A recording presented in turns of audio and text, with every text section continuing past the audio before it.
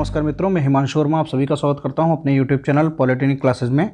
मित्रों, मैं आज आप सभी के लिए सॉइल इंजीनियरिंग का, soil mechanics and foundation engineering का इंपॉर्टेंट क्वेश्चन लेके आया हुआ हूं। कल आप पेपर देने जाने से पहले यह जरूर देख लें कि ये क्वेश्चन आप कर पाएंगे या नहीं कर पाएंगे। अगर ये क्वेश्चन आप कर लेते हैं तो मान के चलिए आपका 70 से 80% पेपर इन्हीं क्वेश्चन से आएगा, इससे बाहर नहीं जाएगा। तो आज और आपका पास शायद कल दोपहर तक का टाइम है। इसमें जो बहुत कुछ तो आप पढ़ चुके होंगे, बहुत कुछ जो है अगर नहीं पढ़ा है इसमें से तो वो क्वेश्चन जरूर देख के जाइए। मैं ये नहीं कहता बहुत डिटेल में देख के जाइए, लेकिन एक सरसरी निगाह से जरूर देख के जाइए। तो प्लीज़ आप लोग यह वीडियो देखें और इसको जल्दी से जल्दी शेयर करें जिससे सभी बच्चों तक ये पहुँच सके। ठीक है, तो इंपॉर्टेंट क्वेश्चन है, 35 क्वेश्चन मैं लगभग बताऊँगा और उसी में आपका पूरा बुक जो है वो ख़त्म हो जाएगी। ऐसे ही मैंने अपने बच्चों को, स्टूडेंट्स को, कॉलेज के, उनको आरबीटी में बताया था और उनका लगभग पेपर उसी में से आया है।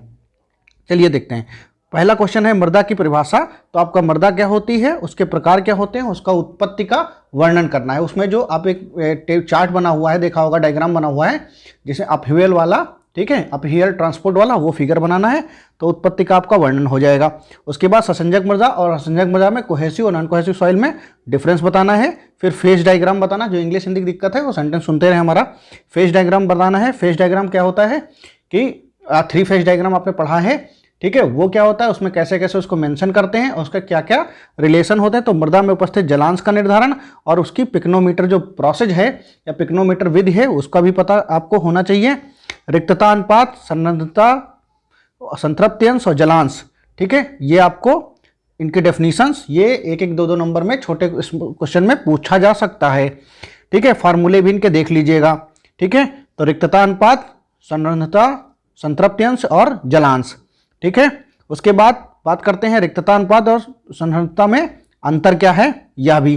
ठीक है, नेक्स्ट क्वेश्चन आपका है समानता गुणांक, है ना।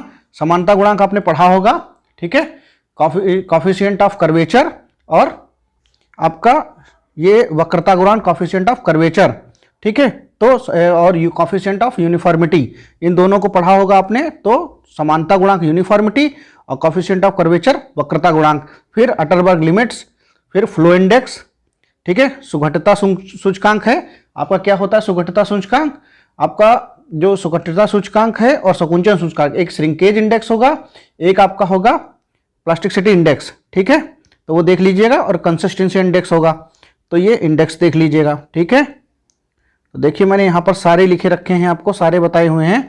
आपका पहला है बहाव सूचकांक, सुघट्यता सूचकांक, संकुचन सूचकांक, सघनता सूचकांक और तरलता सूचकांक। ये 35 क्वेश्चन जरूर हैं, लेकिन आपको देखिए एक एक लाइन के क्वेश्चन मैंने बताए, तो ये डेफिनेशंस हैं। तो 35 का मान के चले कि 20 से 22 क्वेश्चन अगर ये पढ़ लेंगे तो काम हो जाएगा आपका। ठीक है, नेक्स्ट क्वेश्चन है आपका सूचकांक गुणों के आधार पर कैसा ग्रांडे का सुघट्यता चार्ट। इसमें आपने सुघट्यता चार्ट देख लीजिएगा, जो सूचकांक गुणों के आधार पर है, कैसा ग्रांडे का सुघट्यता चार्ट है वो देखिएगा, जिसमें आपका लिमिट दे रखी है। ठीक है, उसके बाद डार्सी का नियम, पारगम्यता को प्रभावित करने वाले कारक और पारगम्यता को आपका गुणांक को ज्ञात करने की प्रयोगशाला विधि, है ना, पढ़े हो ना कि परमेबिलिटी है, कांस्टेंट है, ये सब पढ़े हो ना। ठीक है, तो वो उसकी प्रयोगशाला विधियां। उसके बाद बात करते हैं प्रॉक्टर कॉम्पैक्शन टेस्ट। तो प्रॉक्टर कॉम्पैक्शन टेस्ट भी देख लीजिएगा। यहां पर थोड़ा सा एक देख लीजिएगा मॉडिफाइड प्रॉक्टर कॉम्पैक्शन, उसकी थ्योरी ही है, कुछ है नहीं खास, बस थ्योरी है, कुछ कुछ चेंज है उसमें, वही चेंज आप याद कर लीजिएगा। किसी में ब्लोज कुछ है, किसी में लोडिंग कुछ है ना, वो याद कर लीजिएगा। उसके बाद ओएमसी ऑप्टिमम मॉइस्चर कंटेंट क्या होता है, अनुकूलतम जलांश, ये आपको पता होना चाहिए। Core cutter process. अच्छा, रोलर तथा उसके कार्य, रोलर में आपको सब कार्य नहीं पढ़ना, जैसे पेनोमेटिक रोलर है, सी फुट रोलर है, वाइब्रेटर रोलर है, तो ये या जो आपका टायर रोलर है, ये 2-3-4 टाइप के रोलर एक सरसरी निगाह से पढ़ लीजिएगा। फिगर तो बनाना नहीं है, थ्योरी आपको लिखनी है उसमें। ठीक है, तो आपका ये हो गया रोलर तथा उसके कार्य। ठीक है, उसके बाद कॉम्पैक्शन और कंसोलिडेशन में डिफरेंस। ठीक है, कॉम्पैक्शन और कंसोलिडेशन में डिफरेंस, यह बहुत इंपॉर्टेंट है, पढ़ के जाइएगा। ठीक है, कूलम्ब एवं संशोधित कूलम्ब का क्या नियम है, प्रभावी तथा उदासीन प्रतिबल में अंतर क्या है, प्रभावी तथा उदासीन प्रतिबल में अंतर क्या है। ठीक है, ये पढ़ लीजिएगा।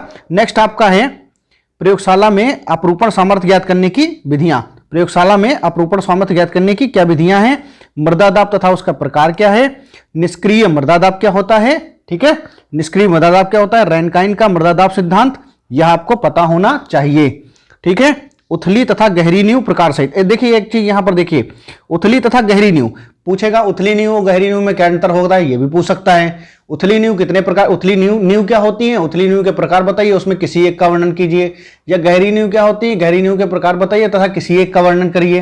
तो इस तरीके से क्वेश्चन पूछ सकता है। लेकिन कुछ नींव जो है वो बहुत इंपॉर्टेंट है, जैसे वेल फाउंडेशन, कूप नींव, कैसून नींव और पाइल तथा उसके प्रकार। पाइल में सारे प्रकार आपसे फिगर भी नहीं बनवाएगा, पूछेगा डिटेल में नहीं, लेकिन एक दो प्रकार आप जरूर पढ़ के जाइएगा, जिससे अगर आ जाए तो बता दें।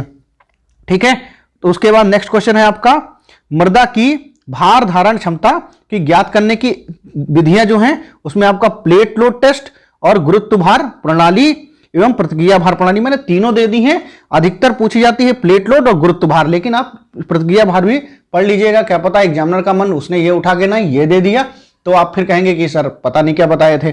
ठीक है, उसके बाद लास्ट आपका जो चैप्टर है उसमें से सिर्फ इतना ही पढ़िएगा, मृदा का स्थिरीकरण क्या होता है, चूना एवं सीमेंट की मृदा स्थिरीकरण से क्या तात्पर्य है। ठीक है, या मृदा स्थिरीकरण को प्रभावित करने वाले कारक हैं या उससे फायदा क्या होता है, इतनी थ्योरी। अब देखिए इतने जो मैंने 35 क्वेश्चन बताए हैं आपको, ये आप जरूर से जरूर पढ़ के जाइए। इतना पढ़ लेंगे तो आपको 70% पेपर आ जाएगा। उसके बाद कुछ क्वेश्चन एक दो ऑप्शन में छूट जाएंगे और आपको मान के चलिए 70% तो पेपर इसमें से होना ही जाना है। ठीक है, बाकी कल आप लोग कमेंट बताइएगा कैसा पेपर आया था, मेरा बताने का क्या फायदा हुआ। और आप लोग ये वीडियो 5 मिनट का है, जरूर देखिए और इसको जरूर समझिए, इसलिए मैंने बहुत ही तुरंत आपको बता दिया है। ठीक है, तो thank you so much, thanks for watching my dear friends.